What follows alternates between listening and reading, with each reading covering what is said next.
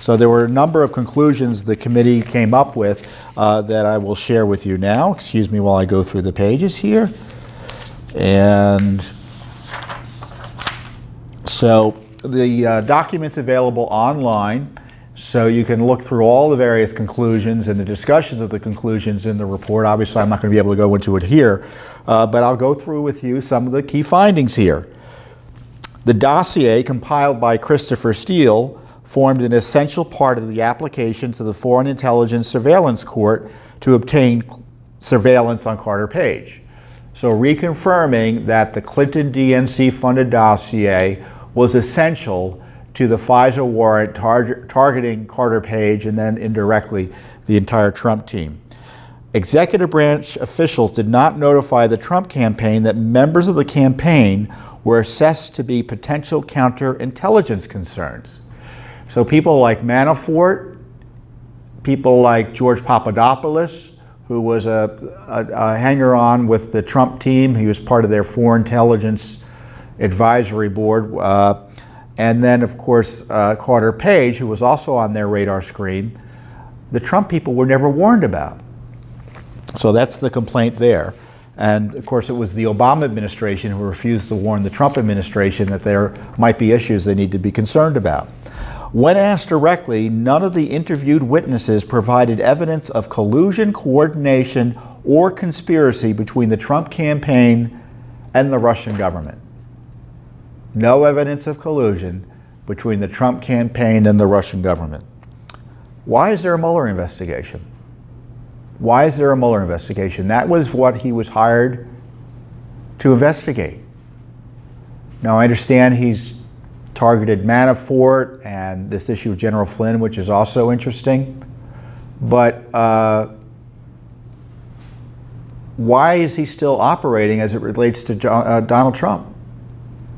The Mueller investigation, in the least with respect to Donald Trump, should be shut down. I think it should be shut down generally for a variety of reasons. But again, no Russia collusion.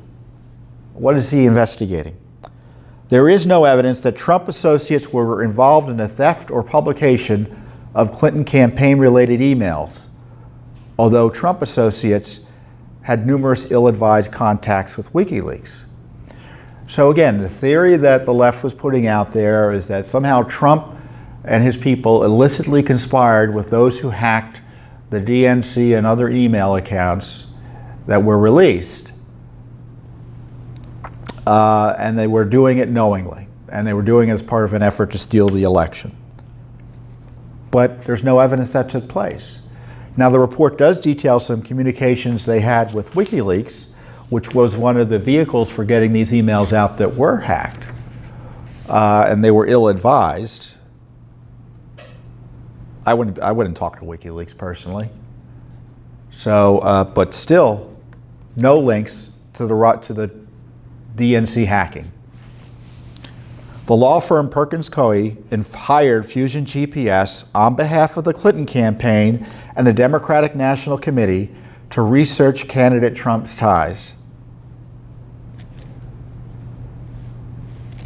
DNC Clinton campaign hired Perkins Coie.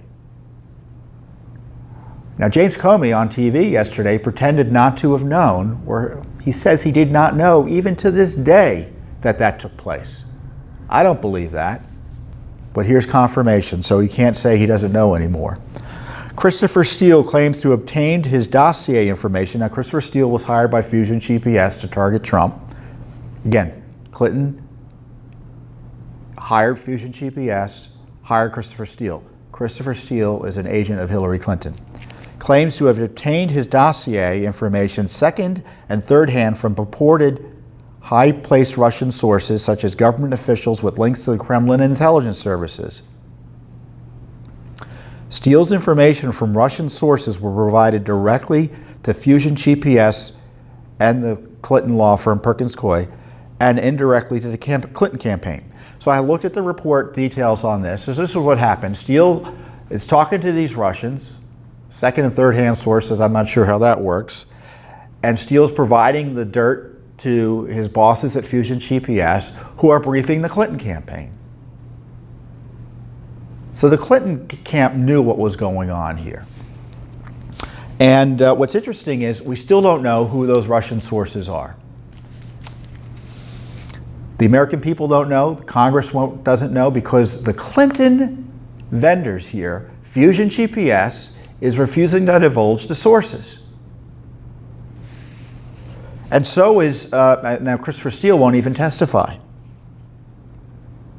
And then it gets into the leaks. Leaks of classified information alleging Russian intentions to help elect candidate Trump increased dramatically after the election day, November 8th, 2016.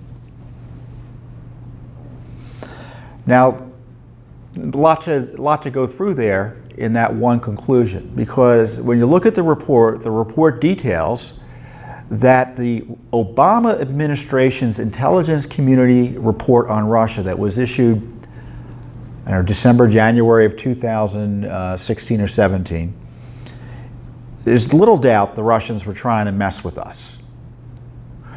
But the Obama administration concluded that the Russians were doing it to help Donald Trump.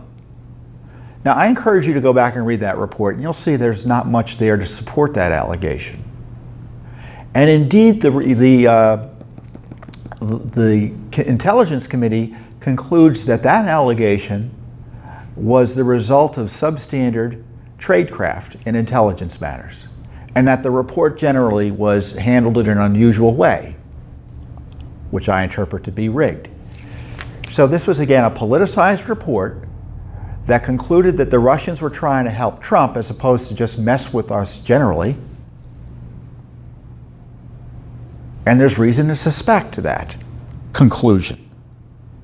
And if now you had leaks of that intelligence report to the media, again, to make Trump look bad and undermine his presidency. Continued leaks of classified information have damaged national security and potentially endangered lives. I mean, that goes without saying. This is a big one. This is maybe the most significant thing, other than the conclusion there was no collusion with the Trump campaign by the Russians to steal the election. The collusion is with the Hillary people, but this is the big one. Former Obama director, I'm adding this in, Obama, he was an Obama appointee, Director of National Intelligence James Clapper, now a CNN national security analyst, provided inconsistent testimony to committee about his contacts with the media, including CNN. Well, that's just the tip of the iceberg, because according to the report, Clapper initially told the committee he did not talk to anyone in the media about the dossier. Now remember, this dossier was used to brief President Obama. I don't know how many times. Comey is vague on that. And then infamously, Comey went and talked to President-elect Trump about the salacious allegations in the dossier related to prostitutes in Russia. And that leaked. And Clapper said he had nothing to do with the dossier leaking. In fact, he did. And he admitted to the committee that, in fact, he did talk to CNN and confirm the dossier, which is a big no-no and maybe a crime.